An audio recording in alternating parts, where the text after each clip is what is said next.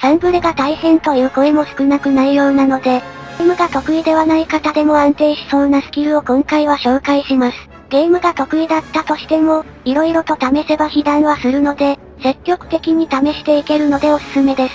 まず最初に考えられるのが、回復速度、体力回復量アップ、広角の恩恵を発動させたもの、さらにこんがり魚、活力剤も併用、そして、お団子の、超回復力4、医療術3を発動。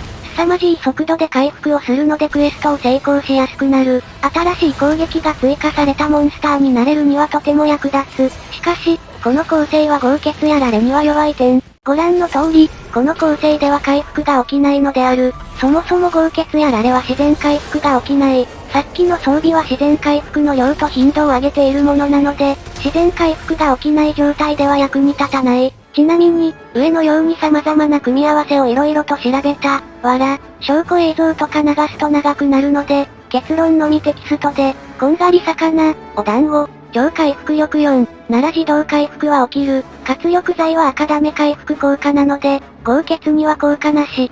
体力回復アップ、お団子、医療術、で蒸気の回復量のブーストが可能。回復速度アップは赤ダメ回復効果なので、豪傑には効果なし。この映像が豪傑中の最大自動回復、狩猟笛は知らんわら。活力剤も一応飲んでみたが、先ほど伝えた通り効果はない。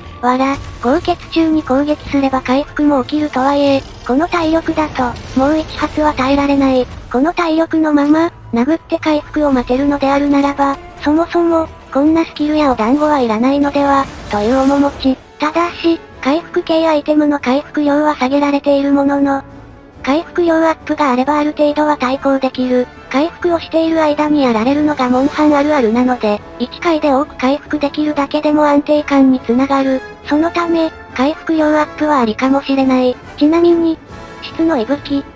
豪傑に対しては効果時間減少だけで、回復は起きないので注意。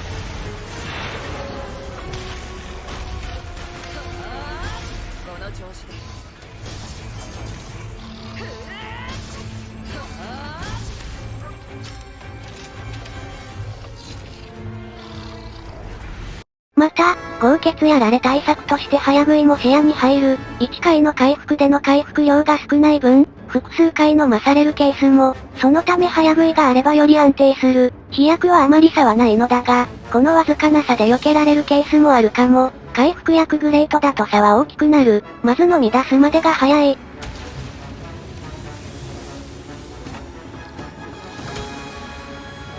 飲み出すのが早いだけでなく、飲んでる時の回復の速さに違いあり。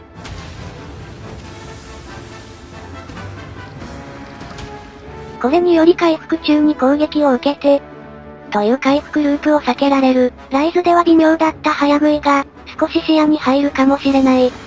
そして最後に紹介するのが回避距離。回避距離3がある状態で、攻撃を欲張らずに回避離脱すれば、ほとんどの攻撃が当たらない。片手剣にはシールドバンプもあるので、回避距離で離れすぎても近づきやすいのもポイントである。時間がかかるかもしれないが、これにより初見モンスターでもクリアできてしまう。作業っぽくはなってしまうが、クリアできるのは大事でしょう。また、離れた位置からモンスターの挙動が見られるので、モーションの理解は早い。モンスター全体が見えるガンナーの方が理解が早いのと同じね。しかし、回避距離3があっても当たってしまう攻撃もある。逆に言えば、その限られた攻撃にはカウンターを行えばいいとわかる。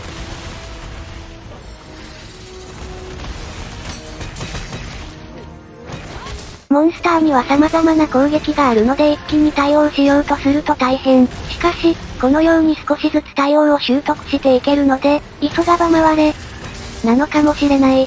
そして、ほぼ被弾しないので、怪異かモンスターにも強い。また、火力の装飾品を少し入れ替えるだけで発動も可能。といったように、回避距離でモンスターの動きを覚えるというのはおすすめです。ちなみに回避距離積んで安全プレイしていても、そもそも被弾が少ない関係で8から15分でクリア可能です。慣れてきたら回避距離を外すなり、数値を下げるなりするといいのかも。まとめ、今回紹介したスキルは全て発動させる必要はないです。怪異かモンスターかどうかで異なるし、プレイヤーの意図によっても変わるでしょう。